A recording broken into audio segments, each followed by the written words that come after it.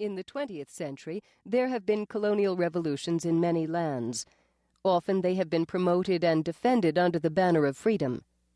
In fact, 20th century revolutions have usually resulted in one-party rule, dictatorship, and tyranny, even those that did achieve national independence. However desirable national independence may be, it is something quite different and separable from freedom. However, the founding of the American Republic is closely tied to individual liberty. That was so not only because the leaders proclaimed that British oppressive acts endangered liberty, and it was made the cause of the revolt, but also when they gained the opportunity they restrained their governments in order to establish liberty. Thus the quest for and establishment of liberty is one of the themes of this period. Indeed, the story of the revolt by the American colonists from England and the establishment of their own government is one of the major epochs in the advance of human liberty. Although Americans were not the first to conceive of the idea of limiting government, they went further in erecting safeguards against government oppression than had been done before. They had both the opportunity to establish their own governments and a much clearer than usual understanding of the dangers of government to liberty. It is not going too far to assert that there is an epic quality to the years of the founding and the early beginnings of the American Republic. They are the centerpiece of American history. What went before is prologue. What came after is more than epilogue, but it has been conditioned and may well be judged by what the founders wrought.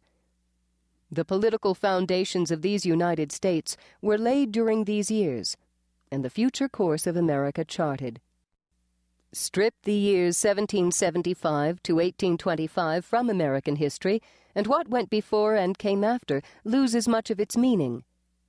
It is well, then, to think of these years as the American epic. Strictly speaking, of course, these years do not quite comprise a classic epic. An epic, essentially, is a poetic composition in which a series of heroic achievements or events, usually of a hero, is dealt with at length as a continuous narrative in elevated style. The models for the epic in Western civilization are the Iliad and Odyssey, the great narrative poems attributed to Homer. Epics frequently have as their subject the founding of a city, a nation, or the coming together under a single rule of a people.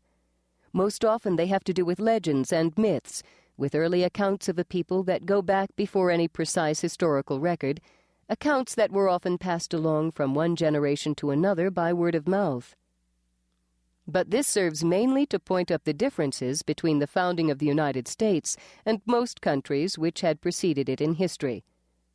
The origins of most of the European nations are available to us mainly in myths and legends, leavened by a few chronicles and other references. Little enough is known, for example, of the coming of the Anglo-Saxon peoples to what then became England, much less about their forebears on the continent.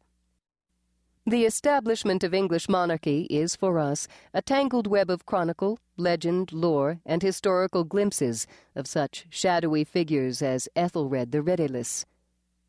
Even more so was this the case with Rome and Greece, and it is only somewhat less so with France and Spain.